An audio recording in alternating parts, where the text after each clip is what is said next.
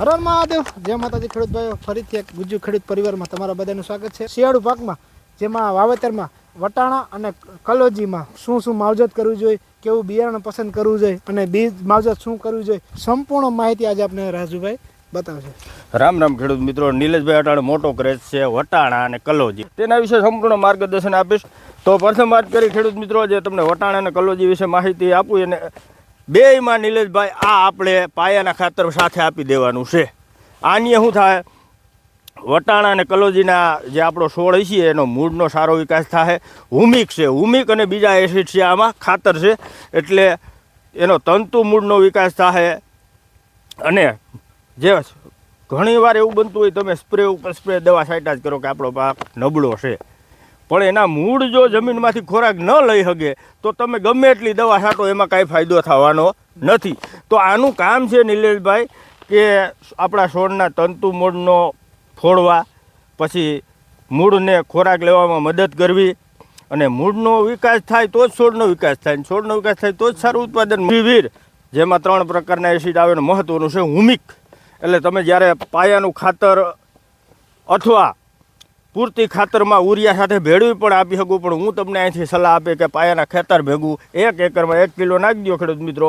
ગયે વર્ષ નિલેશભાઈ મેં જાજાવને નાખ્યું તો સારામાં સારું રિઝલ્ટ છે. એક ભાઈ કોમેન્ટ કરી હતી, તો મારી આઈડીમાં જોતા આવજો. કૃષિવીરના 2 વિડીયા છે અને રિઝલ્ટ પણ મેં બતાવ્યું હતું. એટલે આનું સારામાં સારું, ને પાછું સરકારી સંસ્થામાં મળે છે. પ્રથમ વાત કરીએ ખેડૂત મિત્રો વટાણાની. ઘણા ખેડૂતની મને નિલેશભાઈ કોમેન્ટ આપી કે વટાણા વિશે માહિતી આપો. તો પ્રથમ તો હું તમને કહી દઉં, વટાણા એવો પાક છે જેટલી ઠંડી વધારે એટલું ઉત્પાદન વધારે.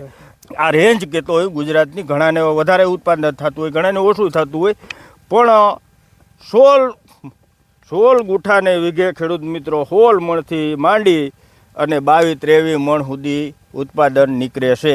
પછી જો એના ફૂલ અવસ્થાએથી દાણા બનવાની અવસ્થાએ જો ઠંડી સારી પડે તો ઉત્પાદન વધી પણ હગે. તો એની વિગત વાત કરી. વટાણાનું 16 ગુઠાને વીઘે નિલેશભાઈ 14થી 15 કિલો બિયારણ જોઈ. આ ખાસ ધ્યાન રાખજો ખેડૂત મિત્રો. જારીની વાત કરી. જારી બહુ મહત્વની હોય ખેડૂત મિત્રો વટાણામાં. ઘણા કહે જારી ગમે એટલી નહીં. જારી 16નું પાટલું અથવા 18નું પાટલું રાખવાનું છે. એની વિશે થોડીક અગત્યની વાત કરું. 16નું પાટલું કેમ? જ્યારે વટાણાનો પાક ધરી જતો હોય ખેડૂત મિત્રો, જ્યારે એની શીંગું થતી હોય ને તે વટાણાનો પાક ધરીતો જતો જ હોય. એ ધરી ગયો એટલે શીંગ જમીને અડે. જે શીંગ ખેડૂત મિત્રો જમીને અડી, જઈ આપણે પાણી આપતા હોય તો એ શીંગ પલળશે એટલે એ દાણો સફેદ એનો કલર બદલી જાય.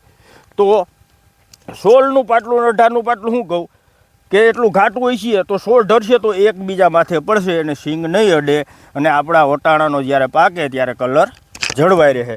એટલે જાળી મહત્વની હોય ખેડૂત મિત્રો. વટાણ કેવું ઉપયોગ કરવું, તો જે આપણી ગુજરાત એક વટાણા અને ઘણી પ્રાઇવેટ કંપની બિયારણ બનાવે છે અને ઉત્પાદન પણ સારું મળે છે.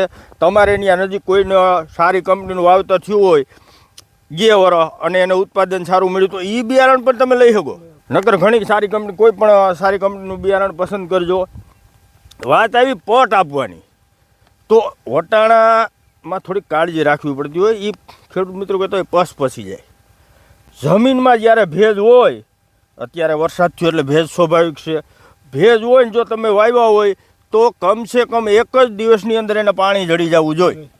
આવી રીતે આયોજન કરવાનું છે. જો પાણી નહીં જડે અને ભેજવાળી જમીનમાં વટાણો પડ્યો રહે, ઉગી પણ નહીં હગે કારણ કે ભેજ ઘટતો હોય, એટલે એ વટાણાનું બિયારણને બગડવાની પૂરેપૂરી શક્યતા રહે.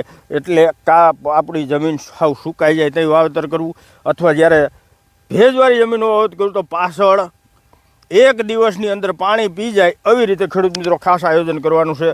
પટ તો આપવાનો જ છે.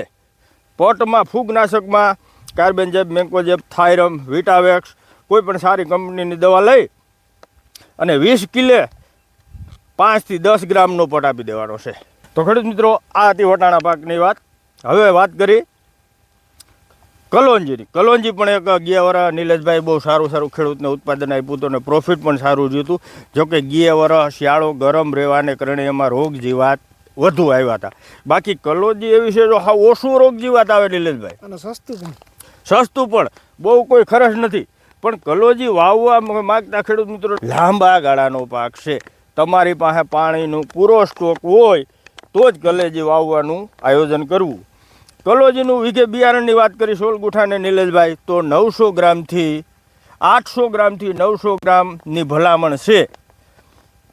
બિયારણ કોઈ સારી કંપનીનું જ લેવું, બધી કંપની બનાવે પણ કોઈ સારી કંપનીનું લેવું, અથવા ગયા વર્ષે કોઈને સારું થયું હોય ને તમે જોયું હોય તો એ બિયારણ પણ લઈ શકાય. અહીંયા એક વાત મારે ખાસ કહેવી છે, મેં નિલેશભાઈ ઘણા મારી આઈડીમાં તમારી આઈડીમાં બિયારણની જાહેરાત મૂકી. શું કામે મૂકી ખેડૂત મિત્રો? ખેડૂત પાસેથી ખેડૂત લે એક તો વિશ્વાસપાત્ર બિયારણ જળશે, બીજું લેનાર ખેડૂતને પણ સારું બિયારણ ને સસ્તું મળશે, વેચનાર ખેડૂતને પણ ભાવ સારો મળશે, અને વસેટિયા છે એ નીકળી જશે. બરાબર છે. એટલે હું વારંવાર તમને વજન શું કામ દેતો હોય, ભાર દઈને શું કામ કહેતો હોય કે ખેડૂત પાસેથી જ માલ લેવાનો આગ્રહ રાખો. વૈશ્વમાં દલાલ રાખીને લ્યો અને એ આપણે માલે મોજ કરતા હોય તો એટલું તો ખાસ કાળજી રાખવાની છે. અને ખેડૂતને પણ ધ્યાન રાખવું જોઈએ. એક ખેડૂત જ્યાં બીજા ખેડૂત પાસે લઈ આવે એટલે જાજો નહીં નુકસાન ને નહીં નફોની ગાળે એને પાક દેવો જોઈએ. હવે વાત કરી કલોજીની, જે સોલગુઠાને વીઘે નિલેશભાઈ 800 ગ્રામથી 900 ગ્રામનો ઘણો ખેડૂત 1 કિલો પણ વાવે છે. હવે એની જારીની વાત કરી દઉં તો 18થી 18નું પાટલું પણ રાખી શકાય, 20નું પાટલું પણ રાખી શકાય, અને 16નું પાટલું પણ રાખી શકાય. જેવી તમારી જમીન, તમારા જમીનમાં કેવડો છોડ થાય, પાણી નિતારવાળી જમીન છે એની ઉપર બધો આધાર રાખતો હોય. અને પટ તો એમાં થાયરમનો વિટાયોસનો આપવાનો જ છે.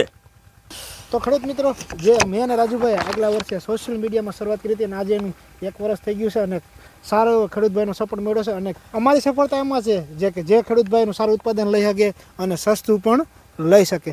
એટલે અને નિલેશભાઈ, આપણે જ્યાંથી વિડીયા મૂકવાનું ચાલુ કર્યું ને વિડીયામાં કિંમત કહેવાનું ચાલુ કર્યું, ખેડૂતમાં જાજી જાગૃતતા આવી.